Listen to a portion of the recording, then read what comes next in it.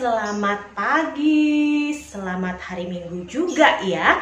Sekarang apa adik-adik semuanya sudah siap untuk beribadah? Apa? Kak Titin nggak dengar? Wah, ternyata semuanya sudah siap untuk ibadah ya adik-adik. Nah, sebelumnya Kak Titin mau tanya, sudah siap belum dengan Alkitabnya? Alkitab Kak Titin ini. Nah, adik-adik sudah? Ya, jadi sebelum ibadah siapkan dulu Alkitabnya. Dan sebelumnya kita mau sama-sama satu di dalam doa ya. Sikap berdoa yang baik ya adik-adik, yang sempurna. Kita satu di dalam doa. Terima kasih Bapak untuk pagi hari ini. Tuhan boleh memberikan kesempatan bagi kami untuk bangun dari tidur kami, sehingga pagi ini kami boleh bertemu di ibadah virtual Horong Abraham. Biarlah kiranya Tuhan boleh memberkati ibadah kami ini dari awal, pertengahan hingga akhirnya Tuhan. Biarlah kami semuanya boleh duduk dengan baik dan mau memuji dan memuliakan nama Tuhan. Terima kasih Bapa, hanya di dalam nama-Mu kami serahkan ibadah kami. Amin. Ya, adik-adik, sudah lama nih pastinya siapa yang sudah lama gak nortor kayak Kak Titin. Nah, Kak Titin mau ajak adik-adik untuk kita nortor sama-sama yuk. Jadi semuanya boleh bangkit dari yang duduk, boleh bangkit berdiri, dan kita sama-sama nortor lagu Goklasni Roha. Kita nortor ya.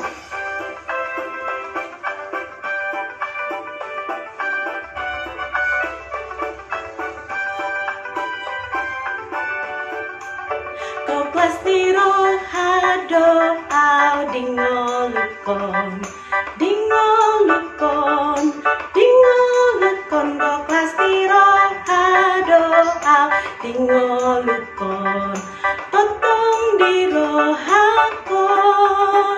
Mau lihat deh Goklasni Roha, maringan holong di Tuhan dia.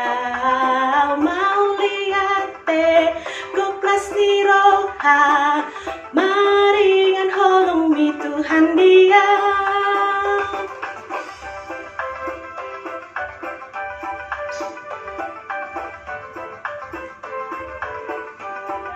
Adalah sukacita ya.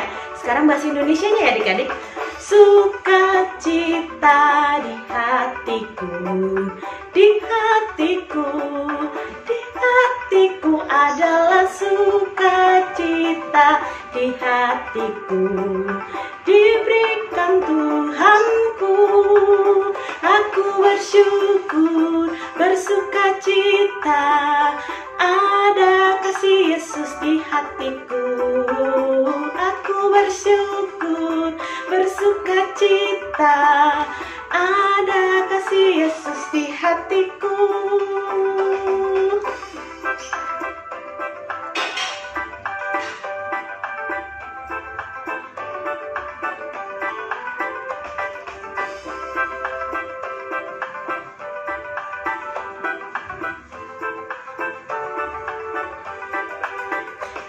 Ya, adik-adik kita sudah boleh bersuka memuji Tuhan. Sekarang waktunya masuk dalam pelayanan firman Tuhan.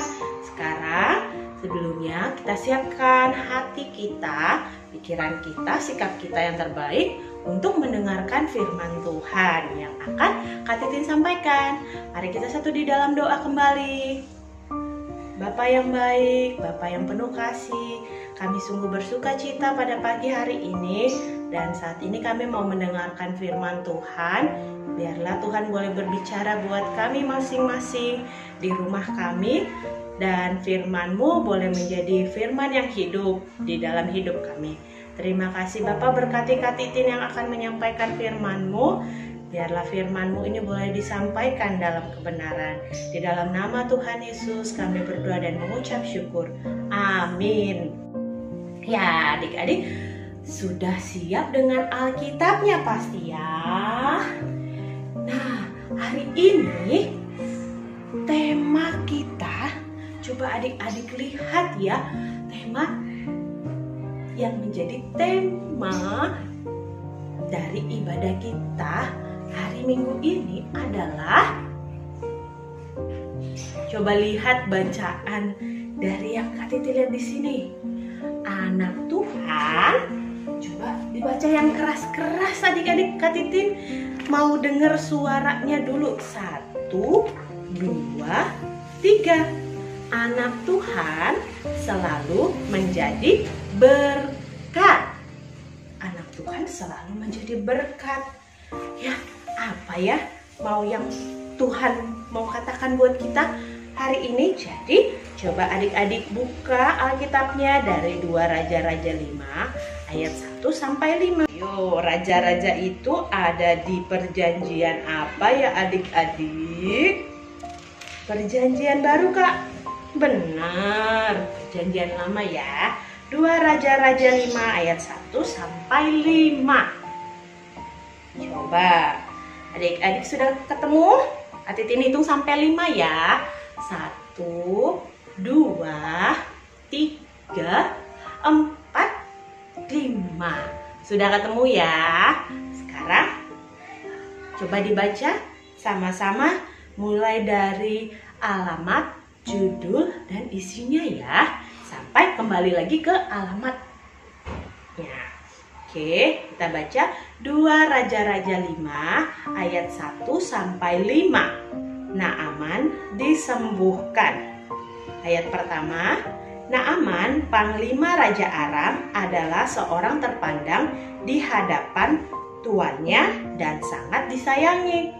Sebab oleh dia Tuhan telah memberikan kemenangan kepada orang Aram. Tetapi orang itu seorang pahlawan tentara sakit kusta. Ayat 2. Orang Aram pernah keluar bergerombolan dan membawa tertawan seorang anak perempuan dari negeri Israel. Ia menjadi pelayan pada istri Naaman. Ayat ketiga, berkatalah gadis itu kepada nyonyanya, sekiranya tuanku menghadap nabi yang di Samaria itu, maka tentulah nabi itu akan menyembuhkan dia dari penyakitnya. Ayat 4. Lalu pergilah Naaman memberitahukan kepada tuannya, katanya, beginilah dikatakan oleh gadis yang dari negeri Israel itu.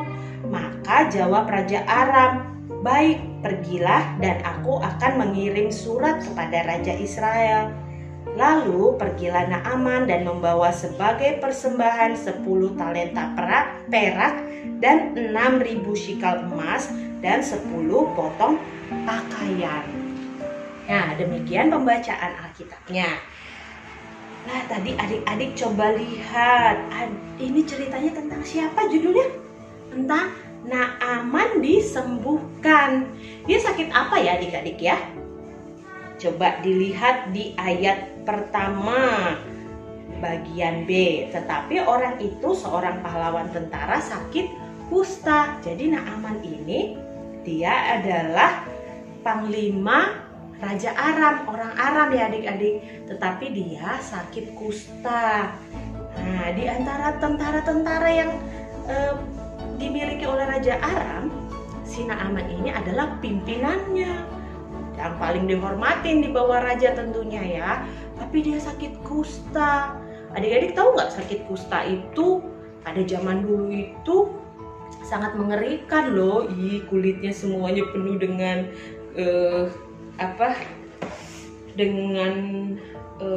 luka-luka seperti itu, terluka, bara gitu ya adik-adik ya. Nah, itu sangat menjijikan sekali pada saat itu. Padahal dia adalah orang yang terpandang gitu. Nah, si raja ini, si panglima ini sakit kusta. Lalu ada seorang gadis kecil.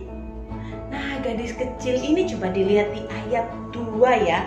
Orang Aram pernah keluar bergerombolan. Jadi waktu itu mereka pernah dari sebuah wilayah membawa seorang tawanan, tetapi anak kecil seperti adik-adik, usianya masih sangat kecil waktu itu, tetapi dia harus jadi tawanan. artinya dia tidak bisa bebas ya adik-adik seperti kita ini. Bebas punya papa mama, bebas dengan keluarga, bermain. Nah, kalau si gadis kecil ini tidak punya kebebasan karena dia tawanan dari tentara orang Aram. Ya, lalu apa yang dilakukan si gadis kecil ini ya? Nah, coba dilihat ayat ketiga, ayat keduanya. Oh, ayat ketiga adik-adik, maaf. Ayat ketiga, berkatalah gadis itu kepada nyonyanya, sekiranya tuanku menghadap nabi yang di Samaria itu, maka tentulah nabi itu akan menyembuhkan dia dari penyakitnya. Ya, jadi adik-adik, si gadis kecil tadi datang kepada istrinya Naaman, ibu, nyonya, katanya gitu. Aku kenal di sana orang yang bisa menyembuhkan tuan tentara Naaman ini gitu. Siapa? Iya, di sana itu ada seorang nabi, katanya si gadis kecil ini. Ih, sok tahu deh kayaknya nih anak kecil tahu apa sih ya. Nah, ternyata nyonyanya itu mau mendengarkan perkataan si gadis kecil tadi. Akhirnya dia cerita ke Naaman, lalu bilang kalau di sana ada seorang nabi yang bisa menyembuhkan penyakit. Lalu pergilah Naaman ya adik-adik ya, singkat ceritanya. Nah, Kak Titin mau tanya, adik-adik pernah dengar lagu Naaman sakit kusta pergi? Tahu nggak sih lagunya? Naaman sakit kusta disuruh Elisa berendam 7 kali di sungai Yordan. 1, 2, 3, 4, 5, 6, 7, sembuhlah sakitnya. Wah, ternyata akhirnya apa yang terjadi? Karena Naaman mau mendengarkan perkataan gadis kecil tadi, dia pergi menemui nabi yang disebut oleh si gadis kecil, namanya Nabi Elisa. Dan akhirnya Naaman sembuh. Setelah apa tadi lagunya? Coba kita biar sama-sama tahu, coba kita ulangin sambil berdiri lagi ya adik-adik. Nah, sekarang sambil kita nyanyi, kita nanti sambil berendam di sungai Yordan ceritanya. Oke, jadi kata-katanya Naaman sakit kusta disuruh Elisa berendam 7 kali di mana? Di sungai Yordan. Lalu kita celup 1, 2, 3 sampai 7 kali dan yang terjadi adalah sembuh penyakitnya. Yuk kita nyanyikan 1, 2, 3. Naaman sakit kusta disuruh Elisa berendam 7 kali di sungai Yordan. Kita celup sama-sama. 1, 2, 3, 4, 5, 6, 7, sembuhlah sakitnya. Ya, wah akhirnya Naaman pun sembuh ya dari sakitnya. Dan jadi kulit-kulitnya udah bersih lagi, sudah tidak lagi ada sakit kusta ya adik-adik. Nah, dan di situ apa yang mau Tuhan ajarkan ya? Ternyata hari ini bukan buat cerita tentang Naaman saja, tetapi kita mau belajar dari gadis kecil tadi. Dia sudah menderita hidupnya, dia sebagai tawanan, jauh dari papa mama, jauh dari keluarga, tapi dia memberanikan dirinya untuk membagi berkat lewat memberikan informasi kepada Naaman tadi. Mau Tuhan sampaikan untuk adik-adik pada hari ini bahwa walaupun kecil kita, tetapi kita juga bisa menjadi berkat buat orang lain. Kita tidak perlu takut seperti si gadis kecil tadi. dia tidak takut kasih tahu, walaupun belum tentu ya nabi yang dia maksud tadi bisa menyembuhkan. Belum tentu nanti raja panglima perang itu bisa sembuh. Kalau misalnya nggak sembuh, nah nanti pasti dia dihukum. Tapi si gadis kecil ini tidak takut, dia tetap maju dan dia menyampaikan kabar baik. Jadi berkat yang dia lakukan adalah menyampaikan kabar yang kecil, sedikit, sederhana, tetapi besar manfaatnya. Coba kalau tidak ada gadis kecil tadi dan dia tidak sampaikan kabar baiknya, mungkin Naaman belum bisa sembuh saat itu ya. Nah, jadi belajar dari gadis kecil ini bahwa anak Tuhan selalu menjadi berkat lewat hal yang sederhana, tidak perlu yang rumit-rumit, tetapi walaupun kecil besar manfaatnya. Nah, terus katanya tadi temanya adalah selalu menjadi berkat. Artinya tidak hanya pada satu waktu, jadi kapanpun dan dimanapun, kalau kita adalah anak Tuhan harus selalu menjadi berkat, ya. Dimanapun dan kapanpun menjadi berkat. Hidup ini tentunya adalah kesempatan yang dapat kita manfaatkan untuk menjadi berkat, ya adik-adik. Nah, karena kita sudah diberkati terlebih dahulu oleh Tuhan dan kita harus berbagi kembali, membagikan kembali berkat yang sudah Tuhan percayakan buat kita. Jangan disimpan sendiri, ya. Dan coba Kak Titin mau tanya adik-adik, adik-adik berkat apa yang adik-adik rasakan yang didapat dari Tuhan Yesus? Coba Kak Titin mau tanya, berkat apa? Oh ya, kita bisa bangun tidur, kalau kita masih bisa bernafas, kita masih punya kesehatan, banyak ya berkatnya. Wah, Tuhan Yesus sudah luar biasa kasih berkat buat kita.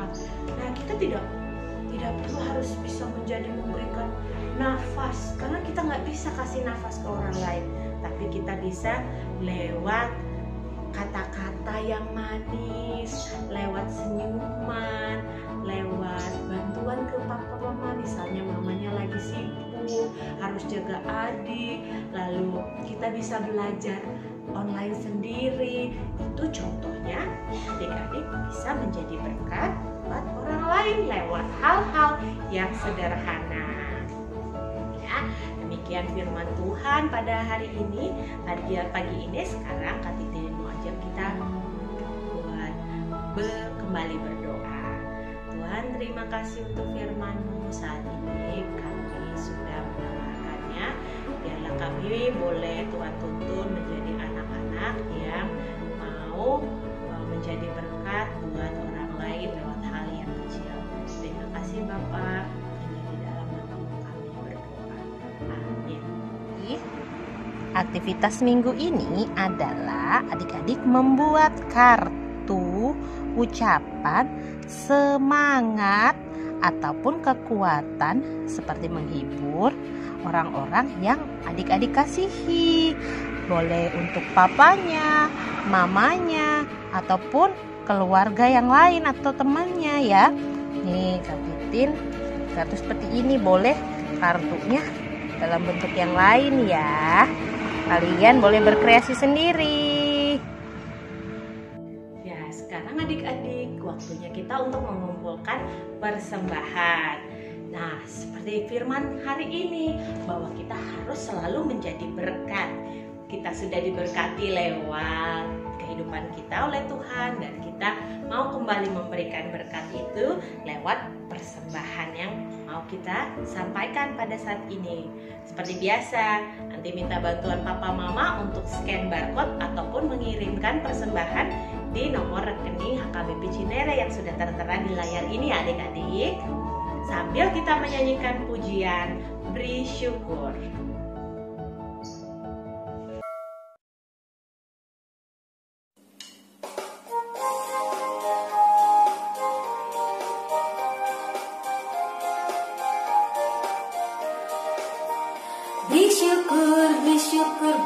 beri syukur, susah ataupun senang beri syukur. Panjatkan doamu sepenuh hatimu, pasti kasihnya jadi milikmu. Beri syukur, berilah syukur, beri syukur, susah ataupun senang beri syukur. Panjatkan doamu sepenuh hatimu, pasti kasihnya jadi milikmu. Ibadah kita sudah selesai dan kita mau menutupnya bersama-sama di dalam doa. Nanti ikuti doa Kak Titin ya adik-adik, lalu kita tutup di dalam doa Bapa kami dan Bapa terima kasih. Yuk kita lipat tangannya, tutup matanya, kita tundukkan kepala, ikuti kata-kata Kak Titin ya. Tuhan Yesus yang baik, sungguh bersyukur untuk ibadah orang Abraham pagi ini. Saat ini kami ingin kembali ke dalam kehidupan kami.